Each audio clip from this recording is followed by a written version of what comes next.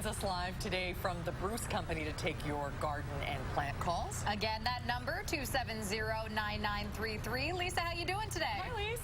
I'm good. How are you guys? Not too shabby. We're great. We're going to get right to the phones, okay? Because a lot of people are waiting to talk to you. And we'll start with Ellen in Platteville. Hi, Ellen. What's your question?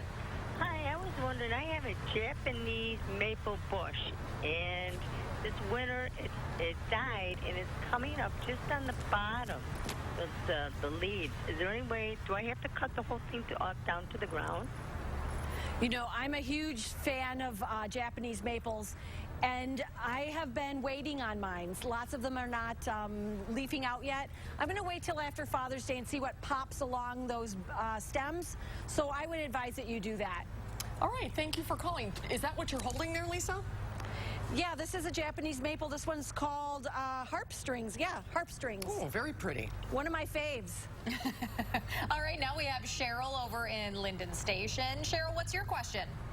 Hi, I have a yucca plant, and it bloomed last year, and it's looking really bad. I don't know if I should, like, cut it back, but half of it is all brown. I'm not sure what I should do with it. So yucca plants start from the center and move out. So a lot of times, especially after the harsh winter that we had, you're going to lose a lot of those leaves that are at the base of the plant. So you can go ahead and take those out. And then be careful, though, because if you've got some little pups or new plants coming off the base, you don't want to cut those. But you can take out that raggedy foliage that's around the outside.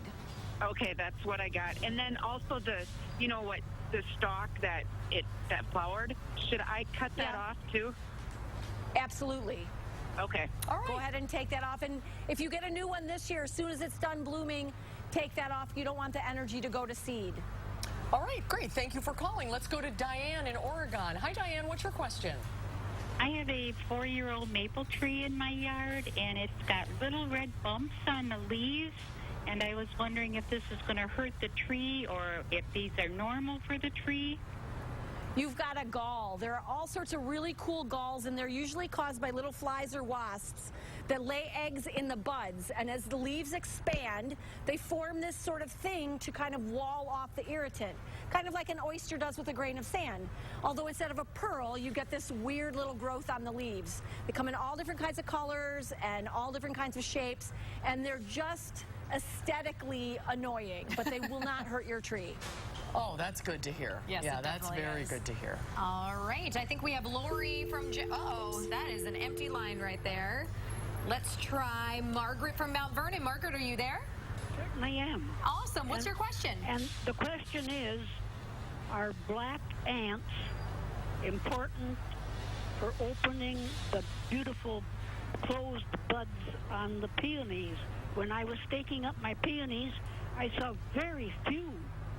Very, very few. So are the black ants missing this year? The ants are not necessary for peony flowers to open. The peonies themselves are exuding a little bit of syrup to attract pollinators, and that's what the ants are doing, but they're not opening them. So no worries, your flowers are still going to open, and it's kind of nice when they're not there, because if you cut them and bring them in the house, you don't have to shake them off before you put them in the vase. Oh, that's good. No, it's good to hear that they have a use. There's a They do, you know what but I mean? not opening the flowers. Right. Okay, let's go to Edith in Madison. Hi, Edith. What's your question? Hi. I have a couple of burning bushes, and they're not getting green. They're still like sticks. Is there something wrong? Yeah. Well, I think with the burning bushes, it was probably all that water that we had with those storms in August and September. Burning bushes really resent having wet feet, and if they were in an area that stayed really wet, the soil would compact, and so then that gave them a little trouble getting through the winter. Again, no, with burning bushes, you can cut them back pretty severely, and they will come back from the roots. So I'd give them another couple of weeks, and then if you still don't have anything, then go ahead and cut them back and see if you can get some new growth coming up from the base. All right. Very good. So we have Sharon now from Beloit. Sharon, what's your question? Yes, I have a green shamrock, and it's done well all winter long. And then just in the spring, it started getting white spots all over it, and all the leaves started to curl and turn brown on the edges. Well, shamrocks or oxalis, they need a little bit of a dormancy period. So what I would do with yours is put it outside and let it get some morning sun, keep it well watered, maybe a little bit of fertilizer, and see if you can get it to be perked up a little bit. Okay. Now, What are the two different kinds you have there? These are two. This is what we would call a shamrock, only it's a purple variety. Oh, okay. And then this is oxalis. We use a lot of these for annual pots or as bedding plants.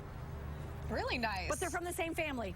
Well, a dry spell coming up here, so that's good news for everybody out there. Get some time out in the garden. You have a pretty nice office there, Lisa.